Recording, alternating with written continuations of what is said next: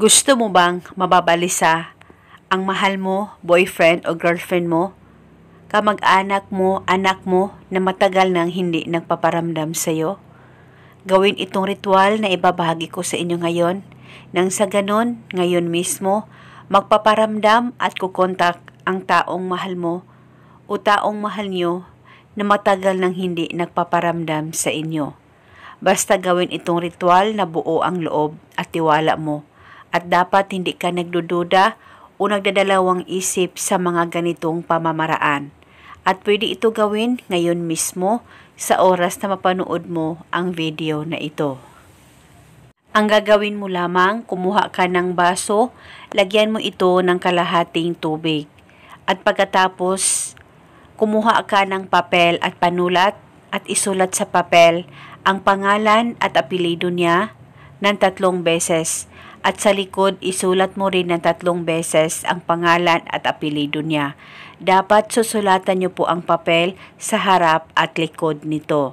At pagkatapos mo nang masulat, ay pwede mo nang isilid o ilagay ito sa baso na inihanda mo na may kalahating tubig.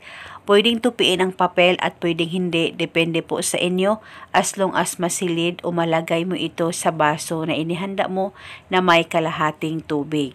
At pagkatapos, maglagay ka rin dito ng 1 kutsara o kalahating kutsarang asin. Kahit anong asin na meron ka ay pwedeng gamitin. At nang malagay mo na lahat, hawakan mo itong baso. Hawakan ito sa 2 kamay mo, mag-focus at mag-concentrate ka. Pakaisipin mo ang target at ibulong mo ang mga salitang ito. Sa kapangyarihan nitong ritual, ikaw ay mababalisa at ngayon mismo, ikaw ay magpaparamdam sa akin. Ibulong mo lamang ito kahit 3 beses ay pwedeng-pwede na po.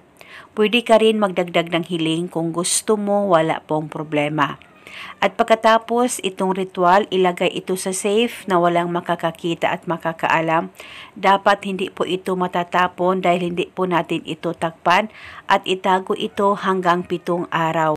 At hindi na po ito kailangang bulungan mo pa, basta itago mo lamang ito hanggang 7 araw.